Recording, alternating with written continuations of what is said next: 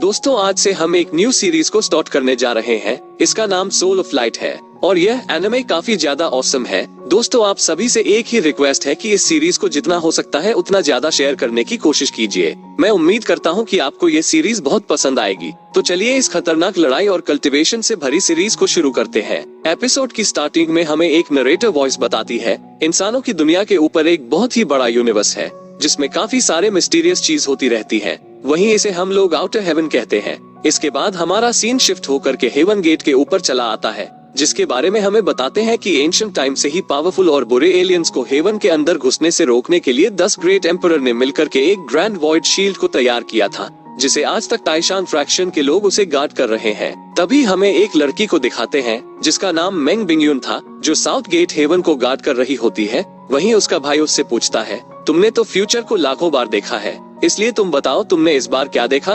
तब मेंग बिंगयुन बताती है इस सनस्ट्रमेन में लगभग 1,29,600 साल बीत चुके हैं जिसके वजह से अब ये दुनिया डिस्ट्रॉय होने वाली है। वहीं ऐसा होने के बाद फिर से एक नए यूनिवर्स की शुरुआत होगी। ये सुनकर के मेंग बिंगयुन का भाई कहता है क्या तुम कहना चाहती हो कि अब न्यू यूनिवर्स की शुरुआत होने वाली है, वो यूनिवर्स इमॉर्टल्स का होगा। इस पर मेंग बिंगयुन कहती है हम लोग इमॉर्टल्स हैं, लेकिन फिर भी इस बात में कोई शक नहीं है कि अब जो यूनिवर्स शुरू होने वाला है वो बिना लीडर के मॉर्टल का यूनिवर्स होगा। इसके बाद हमें पता चलता है मेंग बिंगयुन का भाई का मेंग शेंजी है जो अपनी बहन से कहता है तुम्हारी बात सुनकर के तो मेरा दिल टूट गया क्योंकि मुझे लगता था कि न्यू यूनिवर्स का लीडर मैं बनूंगा। तभी हम देखते हैं अचानक से साउथ गेट हेवन पर कुछ होने लगता है जिसे देखकर के मेंग बिंगयुन कहती है ग्रैंड वॉइड शील्ड अब धीरे धीरे करके कमजोर हो रही है। जिसके बाद हम देखते हैं कि अचानक से साउथ गेट हेवन के सामने एक बहुत बड़ा मंकी किंग अपीयर होता है और जैसे ही वह अटैक करना स्टार्ट करता है हम देखते हैं कि साउथ गेट का हेवन सील्ड एक्टिवेट होकर के उसे रोकने लगता है।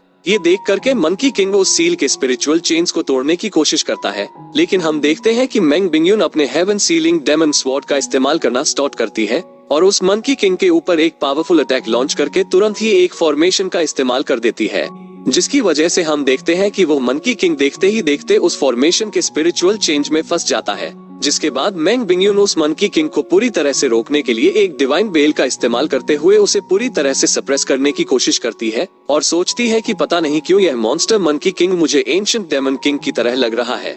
तभी हम देखते हैं अचानक से वो मंकी किंग उस डिवाइन बेल को अंदर से तोड़ देता है जिसके बाद वह अपनी एक पावरफुल स्टिक लेकर के इन लोगों से फाइट करने के लिए तैयार हो जाता है। इधर ये देख करके मेंग शेंजी भी फाइट करने के लिए तैयार होता है और एक साथ अपने 3 डिवाइन स्वॉर्ड्स को एक्टिवेट कर देता है।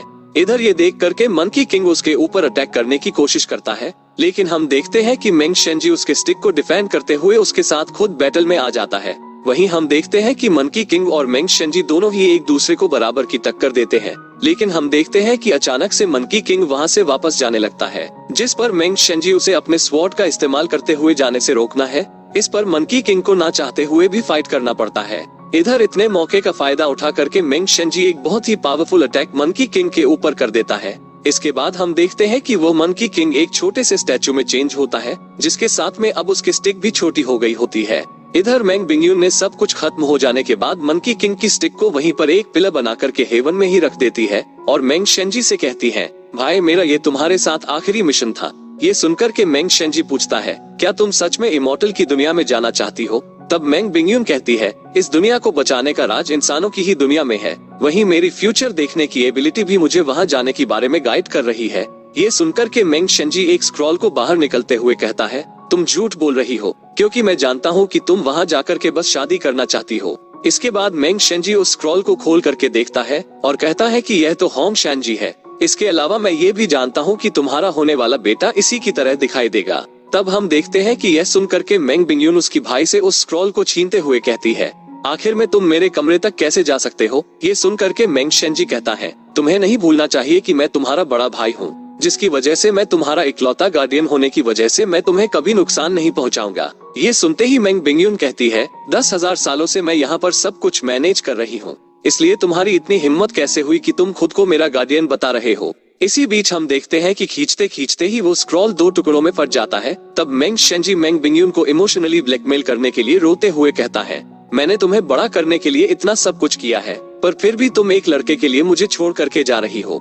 लेकिन मेंग बिंगयुन उसे समझते हुए कहती है मैं तुम्हारी कंपनी के लिए यहाँ पर एक छोटी लड़की को छोड़ करके जा रही हूँ, लेकिन अगर तुम मुझसे इस तरह से बात करोगे तो मैं तुमसे कभी बात नहीं करूंगी। ये सुनकर के मेंग शेंजी कहता है, ठीक है तुम जा सकती हो, लेकिन अगर वो तुम्हें कभी डराने की कोशिश करता है तो मैं उसे खुद जान से मार दूंगा। इस पर हम देखते हैं कि यह सुनने के बाद मेंग बिंगयुन अपनी हेवन मॉर्टल डेमन स्वॉर्ड को वहीं पर रख देती है और हेवन से निकल करके सीधा इंसानों की दुनिया में चली जाती है। अब हमें 10 सालों बाद का सीन दिखाते हैं, जिसमें हमें सबसे पहले यूजिंग सिटी के ड्यूक मैंशन का सीन दिखाते हैं, जिसमें हम एक छोटे से लड़के को देखते हैं जिसका नाम टीनेजर होंगी था, जो खेल रहा था।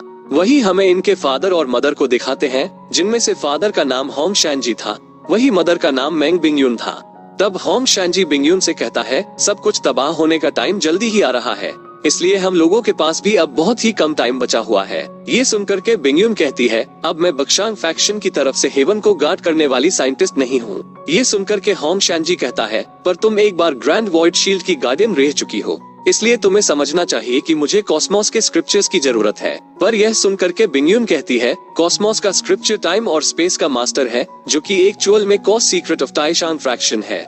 वही उसके बारे में पूरी तरह से सिर्फ मेरे भाई मेंग शेंजी को ही पता है। ये जान करके होंग शैनजी कहता है, मेंग शेंजी को कभी भी मॉर्टल्स पसंद नहीं थे। इधर बिंगयुन कहती है, मेंग शेंजी को हेवन को गार्ड करते हुए इतना टाइम हो गया है कि शायद वह भूल गया है कि एक टाइम पर वह भी एक मॉर्टल था।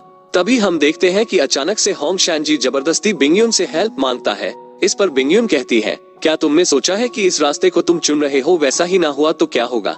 तब हम होंग शैनजी कहता है, हम लोग बस हेवन गेट को डिस्ट्रॉय करके दूसरी दुनिया में जाना चाहते हैं, इसलिए तुम ही बताओ कि आखिर में इसमें क्या गलत हो सकता है।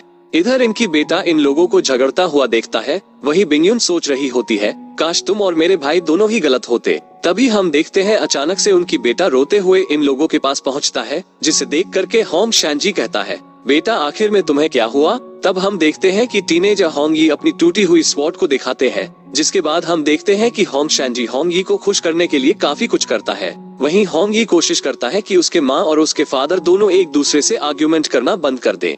इसके बाद हमें एक शार्क का सीन दिखाते हैं, जो पानी के बाहर आते ही एक लड़की के रूप में चेंज हो जाती है। वहीं इस लड़की का नाम chen यिनशा होता है। तभी उसे अचानक से यांग पेन नाम की एक लड़की की आवाज सुनाई देती है। इधर होंगी अपनी माँ से पूछता है, आखिर में दाव कैसे पैदा होते हैं? तब बिंगयुन बताती है, एक्चुअल में एक ऐसी एनर्जी है जो अर्थ और हेवन के पहले से ही एग्जिट कर रही है, इसलिए हम कह सकते हैं कि इस एनर्जी से हमारी पूरी दुनिया बनी हुई है। इधर यह सारी बातें chen यिनशा भी सुन लेती है और तुरंत समझ जाती है कि बिंगयुन होंगी को नेचर के बारे में समझा रही है, इसलिए वो चुपचाप एक जगह से इन लोगों को देखने लगती है। इसके बाद हमारा सीन शिफ्ट होकर के कियान्यूम पैलेस पर चला आता है। वहीं हमें सबसे पहले उसके अंदर एम्परर यांग पैन को दिखाते हैं, जो होंग शैनजी से पूछता है, क्या बिंगयुन अभी भी हमें ताइशांग फ्रैक्शन देने के लिए नहीं मानी? तब होंग शैनजी कहता है, वो नहीं मान रही है। इस पर एम्परर यांग पैन कहता है, मेंग शेंजी हेवन के गेट को गार्ड करता है, जिसकी वजह से वो लोग इमॉर्टल की नजर में गॉड बन गए हैं। लेकिन मुझे लगता है कि वो लोग एक जेलर से ज्यादा कुछ भी नहीं है, जिन्होंने स्टार्टिंग से ही ह्यूमंस को कैद करके रखा है। इसके बाद एम्परर यान पन अपने ग्रैंडफादर के फोटो को दिखाई हुए बताता है, इन्होंने भी ताइशांग फ्रैक्शन के रूल्स को तोड़ा था, जिसके वजह से मेंग शेंजी ने उन्हें जान से मार दिया था। वही मेरे फादर एम्परर गोजोंग ने भी ताइशांग फ्रैक्शन के रूल्स को नहीं माना, जिसके वजह से मैं इनके मरने के बाद इनके बॉडी को भी नहीं कलेक्ट कर पाया था। ये सुनकर के होंग शैनजी कहता है, रूल्स को तोड़ने का मतलब यह नहीं हो सकता है कोई हमें जान से मार दे। लेकिन इस पर यांग पैन कहता है, मेंग शेंजी ऐसा कर सकता है, वहीं चाहे तो तुम खुद को भी ऐसी पोजीशन में देख सकते हो, क्योंकि अगर कोई तुमसे उलझने की कोशिश करता है तो इतना तो है कि उसे बिंगयुन के गुस्से का भी सामना करना पड़ेगा। इस पर होंग शैनजी कहता है, सारे रूल्स बस स्ट्रेंथ को लेकर के डिपेंड करते हैं। ये सुनकर के यांग पैन वहाँ पर एक पोर्टल ओपन करते हुए कहता है, हमें हमारी बिग शिप को देखने की जरूरत है। इसके बाद हम देखते हैं कि यह लोग उस पोर्टल के अंदर चले जाते हैं। इसी के साथ हमारा एपिसोड यहीं पर एंड हो जाता है। मैं इसके दूसरे पार्ट को भी जल्द ही लेकर आऊंगा।